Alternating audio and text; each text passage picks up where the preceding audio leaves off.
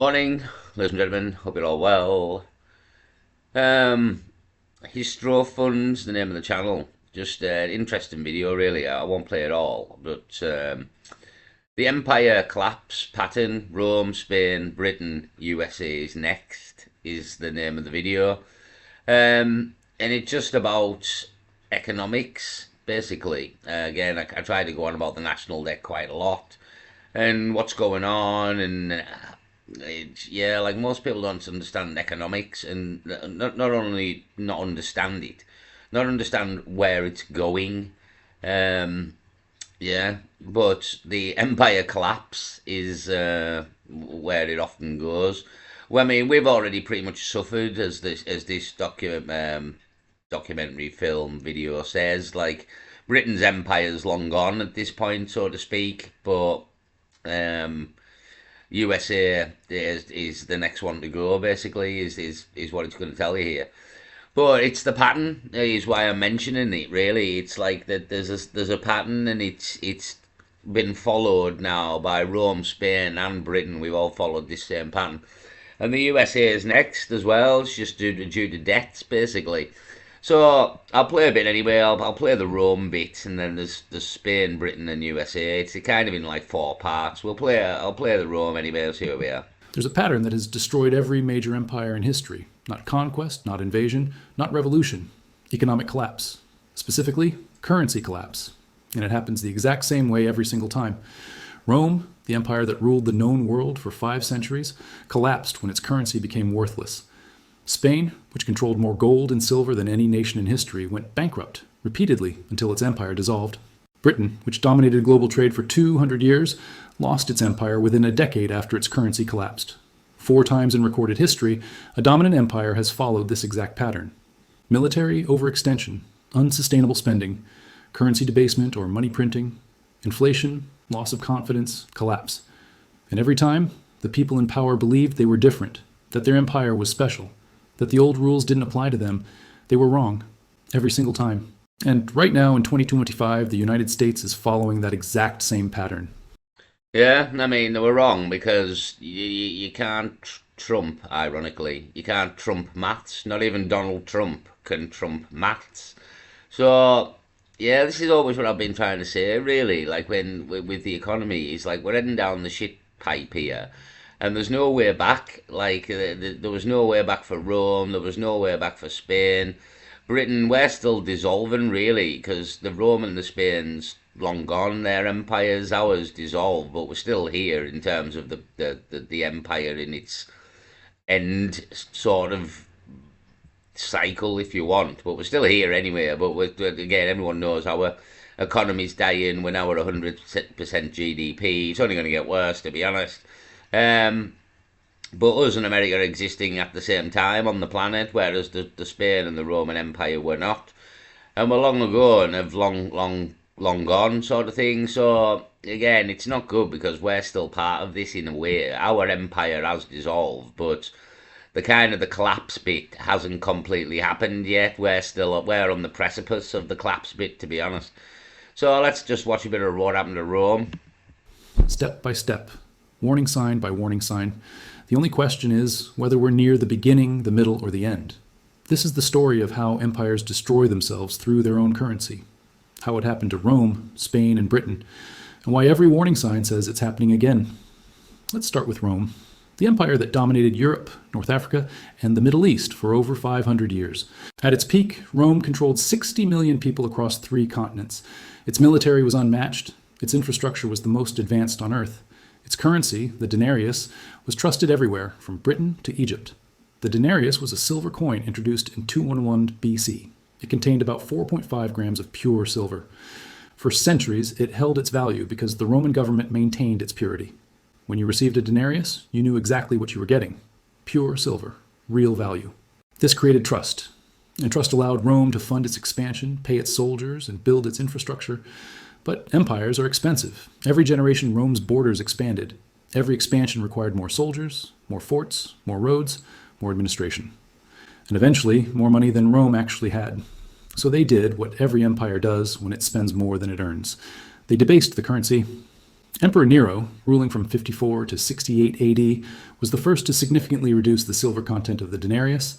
He needed to fund his lavish lifestyle and expensive military campaigns, so he ordered the mints to reduce the silver content from 100% to 90%. That extra 10%, pure profit for the emperor. He could mint 11 coins with the silver that used to make 10, more coins in circulation. Same amount of silver, that's inflation. But 90% silver was still substantial. The real destruction came later. By the time Emperor Caracalla ruled in 211 AD, the denarius was down to 50% silver, half real value, half base metal. By 265 AD, under Emperor Gallienus, it had fallen to just 5% silver. A coin that was once pure silver was now 95% worthless metal with a thin silver coating. Think about what that means. If you were a Roman soldier in 265 AD receiving your pay in denarii, you were being paid in coins worth 1/20th of what soldiers earned 2 centuries earlier. The government told you nothing had changed. The coins still said denarius. They still had the emperor's face, but the purchasing power had collapsed. Prices exploded. What cost 1 denarius in 200 AD cost 50 denarii by 300 AD. Farmers stopped selling food for coins. So again, sorry to interrupt, but that's inflation again. What costs in modern day example here? Let's take a packet of cigarettes, which are about £17 a packet currently. When I started smoking, which was 25 years ago or something, it was £1 a packet. So something that was £1 is now £17. Right? There we go. Something that was £1 is now £17. Now, with fags, I picked a bad example there, to be honest, because there's a lot of tax on fags that's been put on by the budget and things. So it isn't just inflation on fags. There's a lot of tax on there. So, well, let's pick something else. A can of Coke, maybe. A can of Coke, maybe back in the day was what, 30, 40 pence. It's now up to £1.50, £2 in general places. So it's maybe like 4 times more than it was. But the problem is, I mean, you could pick a chocolate bar, but the problem is with chocolate bars is you've had shrinkflation on a lot of food items. So at least a can of Coke's still the same size, but you've got sugar tax on there as well. I mean, listen to this shit show, you know what I mean? I'm just trying to find a product to thing, but there's so many different like fucking taxes and shrinkflation and that it's hard to find something that's I mean you can pick anything, to be honest, but anything at all, and it's gone up dramatically in price due to inflation. That's the beauty of it. Everything goes up. It's not a single item. So you can pick anything at all, whatever you're paying for it now, you weren't paying that much because of inflation. So in the Roman sense here, they had coins that were silver, but over time systematically removed the silver of the coin and the value of the coin. Now we had a thing called the gold standard, which the gold money was backed by gold. This was all removed. It's been removed. We've now got fiat currency, is what it's called. It's not backed by anything, and we're just printing money like there's no tomorrow.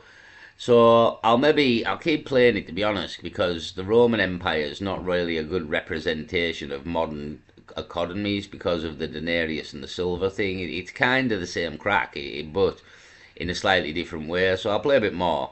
I mean, we're going to go into Spain next and their empire. They flooded the market with silver from mining silver in South America, and ruined the price of silver, basically. I mean, economics has been going on a long time. That's the beauty of it. It's like not a lot of people understand economics, but it's been going a real long time. It's real fucking important, to be honest. It's like real important. This is why empires have fell here. The Roman, the Spanish, and the British Empire all fell because we all fucking ruined our economies. And demanded barter instead. Soldiers refused to fight unless paid in gold or goods. Tax collectors couldn't collect taxes because the currency was worthless. The entire economic system seized up. And here's the key. This wasn't caused by foreign invasion. Rome's borders were still defended. This wasn't caused by plague or natural disaster. This was self-inflicted. The Roman government destroyed its own currency to fund spending it couldn't afford. And when the currency died, the empire died with it. By 476 AD, the Western Roman Empire officially collapsed. Not because Germanic tribes were stronger, but because Rome couldn't pay its armies anymore, couldn't fund its administration, couldn't maintain its infrastructure. The currency had been debased, irrelevance, and everything built on that currency collapsed. The pattern, military expansion, unsustainable spending, currency. Yep, gremlin in the machine here. Um, yeah, but the pattern, military expansion, again, even on sort of the level of Britain there, we've seen like World War One and World War Two took place. We had to spend a lot of money on them, which ultimately put us into too much debt. And again, America, all over the world with the militaries, what's currently happening. Rome done the same thing, so did Spain. Everybody, it's like basically this is the pattern. Debasement. Inflation, loss of economic function, collapse. Rome proved the pattern, and every empire since has repeated it. Now let's jump forward 12 centuries. Spain, 1500s. The Spanish Empire is just beginning its golden age. Christopher Columbus has opened the New World. Hernan Cortez has conquered the Aztecs. Francisco Pizarro has conquered the Incas. And Spain now controls the richest territories on earth. In 1545, Spanish explorers discovered the Cerro Rico mountain in Potosi, in what is now Bolivia. This isn't just a silver mine, it's the largest silver deposit ever discovered. For the next century, Potosi will produce nearly half of the world's silver, millions of pounds of it. Ships loaded with silver cross the Atlantic, filling Spanish coffers with wealth beyond imagination. Spain mints this silver into coins. The Spanish dollar becomes the first true global currency. It's used from Europe to Asia. It's trusted, it's pure, and there's an endless supply of it.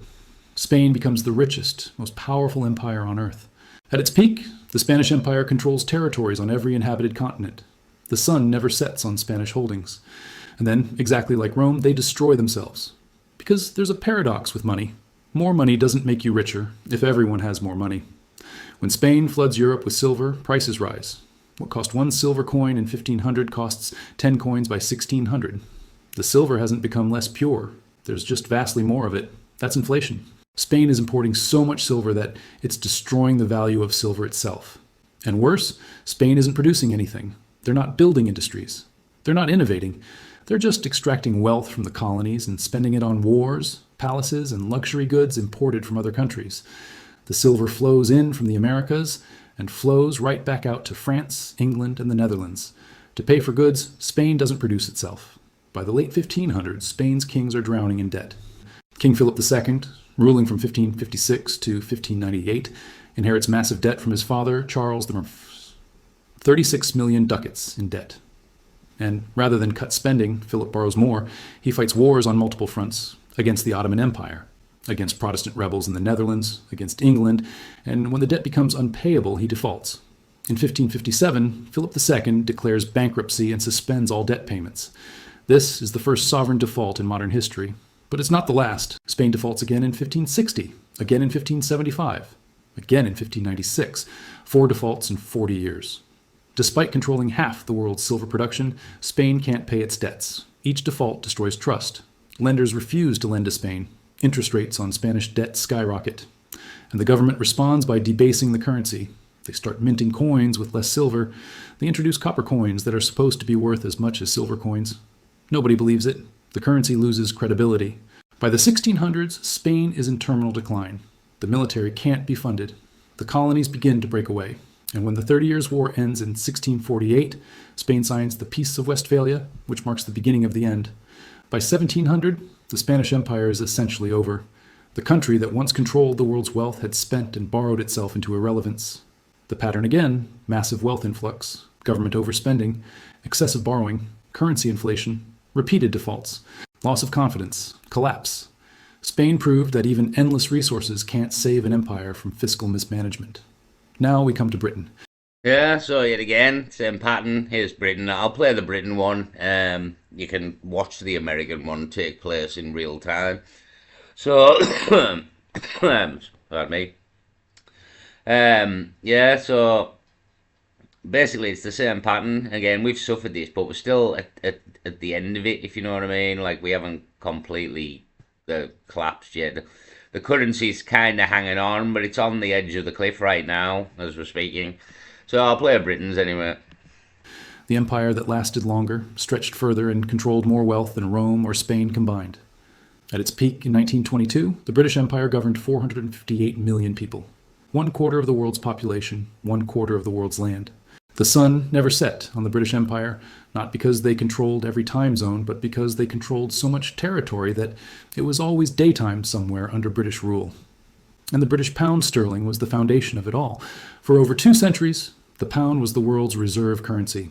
Over 60% of global trade was invoiced in pounds. The gold standard anchored everything.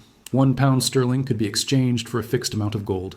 This created trust, stability, and power. But empires are built on credit, and credit has to be repaid. Britain funded its empire through borrowing, government bonds, debt to finance wars, colonies, infrastructure, administration. As long as the pound held its value, this worked. But then came World War I. In 1914, Britain's national debt was $650 million. By 1919, after 4 years of total war, it had exploded to over $7 billion. That's a tenfold increase in 5 years. To fund the war, Britain had borrowed from everyone, from its own citizens, from the United States, from anyone who would lend. But the war also forced Britain off the gold standard. In 1914, when war broke out, the government suspended gold convertibility. They had to print money to fund the war effort, and they couldn't maintain gold backing while doing it. The pound became a fiat currency, backed by nothing but the government's promise. After the war, Britain tried to return to gold. In 1925, Winston Churchill, then Chancellor of the Exchequer, put Britain back on the gold standard at the pre-war exchange rate. This was a catastrophic mistake. The pound was overvalued. British exports became uncompetitive. Unemployment soared, and the government had to maintain high interest rates to defend the currency, which crushed economic growth. By 1931, Britain was forced off gold again, permanently this time. The pound was devalued, and trust in British currency began to erode. I always thought it was Thatcher that removed the gold standard, but apparently not. Apparently not. So, yeah, again, I'll just play the end of Britain here. But the real destruction came after World War II. Britain entered World War II already deeply in debt. The war cost everything. By 1945, Britain's national debt had reached 270% of GDP. The empire had bankrupted itself to win the war. Entire cities were in ruins. The economy was shattered. And Britain owed massive debts to the United States. In 1944, while the war was still raging, the Bretton Woods Conference redesigned the global financial system. The British pound was officially replaced as the world's primary reserve currency. The US dollar took its place. Britain fought desperately to preserve the pound's status, but it was over. They had the debt, but not the gold or the economy to back their currency anymore. What followed was a slow, humiliating decline. In 1947, Britain tried to make the pound convertible again. The experiment lasted 6 weeks before a run on the currency forced them to reimpose controls. In 1949, the pound was devalued by 30%. In 1967, it was devalued again. Each devaluation destroyed savings, crushed confidence, and signaled to the world that Britain was no longer a first-rate power. Meanwhile, the empire disintegrated. India gained independence in 1947. Egypt nationalized the Suez Canal in 1956, and Britain's military response was a humiliating failure. Colony after colony broke away, not because they were conquered by outside forces, but because Britain could no longer afford to maintain them. By the 1970s, Britain was on the verge of becoming a failed state. Inflation hit 25%. The government went begging to the IMF for a bailout. The pound, which had once been the world's reserve currency, was now a symbol of decline. The empire that controlled. So again, there was the 70s was nearly a failed state, and again, I wasn't here in the 70s. I was here in the 80s, but it wasn't the best. I remember the 80s not kind of being the best. You know what I mean? And look how bad it is now in Britain. It's fucking. I would consider it quite a lot worse than the 70s. Well, we're at an economic problem again in the near future, it would seem. Again, the amount of money that the government's spending on everything, never mind the foreigners and the migrants and the hotels, just on everything. Again, I mentioned the national debt ever increasing. There isn't an endless supply of money. There is ramifications to ever printing money, as all these empires have found out in history. It ultimately ends in your collapse. That's what it ends in, a complete collapse. And we're not there yet. That's the beauty of it. Like the empire has collapsed, but the country hasn't completely collapsed yet. But that's what could be coming due to forever printing money, to be honest. And again, it's going to devalue the pound more and more and more. And you're going to get trouble from it though. It's the trouble that might come not economically, like physically on the streets, trouble, prices, people are poor, can't afford food. Who knows what could happen, and depending on how much the pound could be devalued. Again, this is all like unknown territory in some ways for us, but not kind of in history, as this video is kind of saying. But yeah, it's just there's more bagwash to come. Controlled a quarter of the earth had lost it all within 30 years, not through military defeat, through currency collapse and debt. The pattern once more: war debt, currency debasement, loss of reserve status, devaluation, inflation, imperial collapse. Britain proved that even the strongest empire can fall.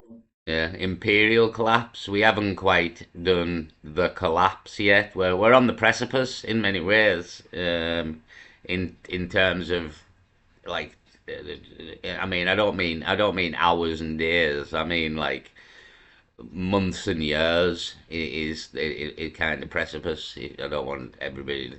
It's not tomorrow. You know what I mean? But it could be any time, I suppose, as well. Like the we can pull the plug on the economy whenever they want.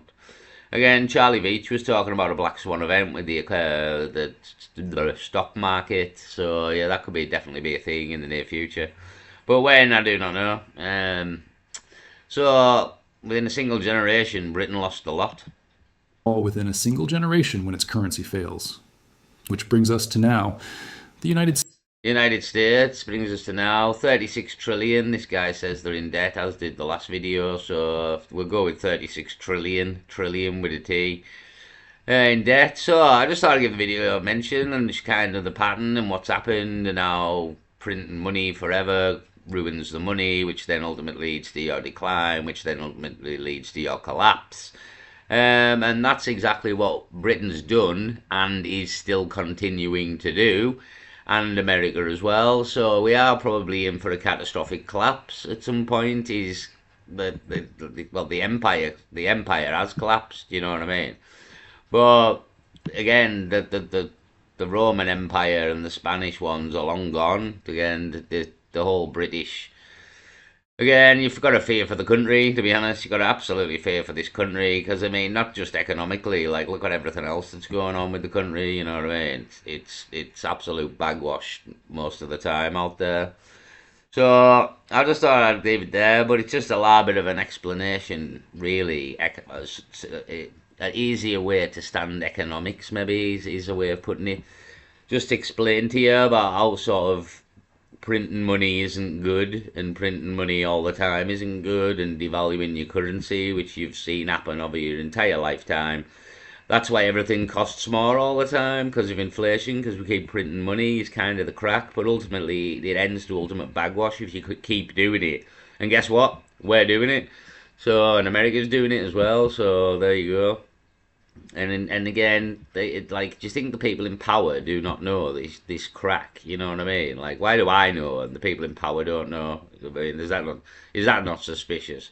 So they must know. So it must be a plan to basically destroy these economies at this point, which I mentioned, for a one world currency, which is kind of what's happening. You know what I mean? Like, so we'll see anyway. Again, you get to watch the future. That's the beauty of the future.